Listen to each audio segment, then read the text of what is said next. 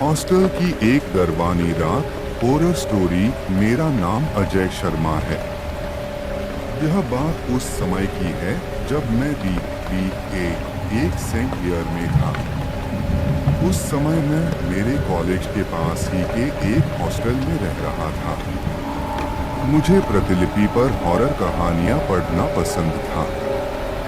मैं रोज कोई ना कोई हॉरर स्टोरी पढ़ता ही था, तभी मुझे नींद आती थी।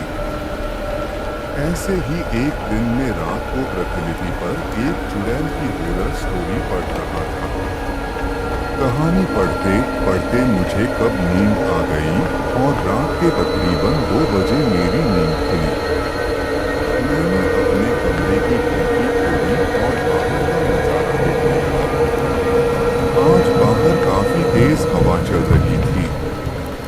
साथ ही में मैं आपको बताना चाहता हूँ कि मेरे हॉस्टल के आसपास काफी पेड़ पौधे हैं।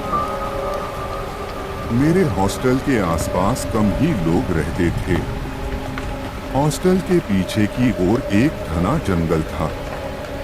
मेरे रूम की खिड़की जंगल की ओर थी। मैं अपने पलंग पर लेट गया और सोने की कोशिश करने लगा, पर मुझे नींद नहीं आ रही थी। थोड़ी देर बाद मेरी आंख लग गई। मेरी नींद एक खटखट की आवाज से खुली। उस समय मैं अपनी खिड़की पर पर्दा लगाना भूल गया था।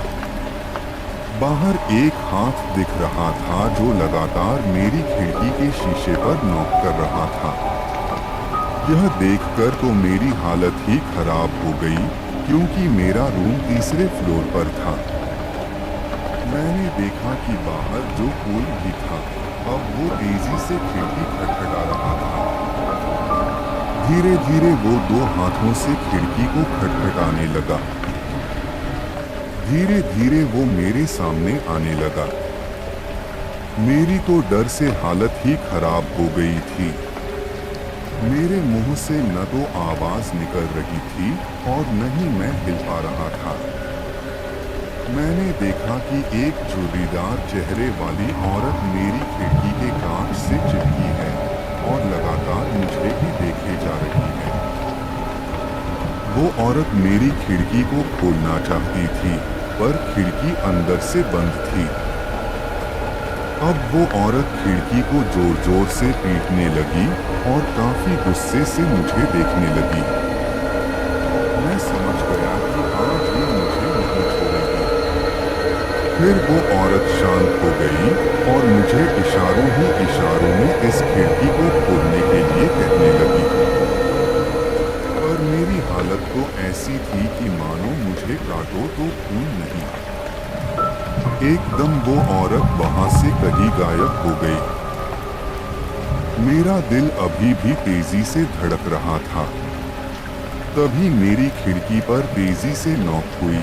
वो औरत फिर से आ गई थी, पर मैंने अपनी हिम्मत जुटाई और तेजी से खिड़की के पर्दे को बंद कर दिया।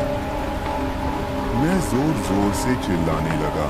शोर सुनकर मेरे दोस्त और हॉस्टल का रखवाला वहां पर आया। सभी मेरी हालत देखकर हैरान थे कि आखिर इसे क्या हो गया है। मैंने सबको उस औरत की बात बताई। तभी मेरे एक दोस्त ने खिड़की का पर्दा खोला, पर बाहर कोई नहीं था। सभी को लगा कि मैंने कोई सपना देखा है, पर हकीकत कुछ और थी। मेरा चौकीदार रात को मेरे साथ ही सोया था, क्योंकि अब अकेले में मैं सो नहीं सकता था।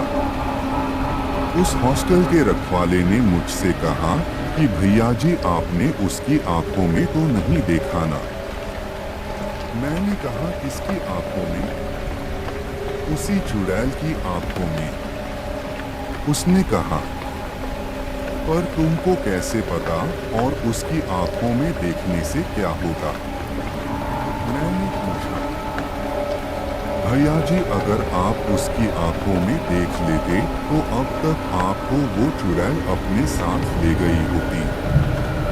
जो भी इस कमरे में रहता है उसके साथ ऐसा ही होता है। इस हॉस्टल से एक दो बच्चे गायब भी हो गए जिनका कोई पता नहीं चला।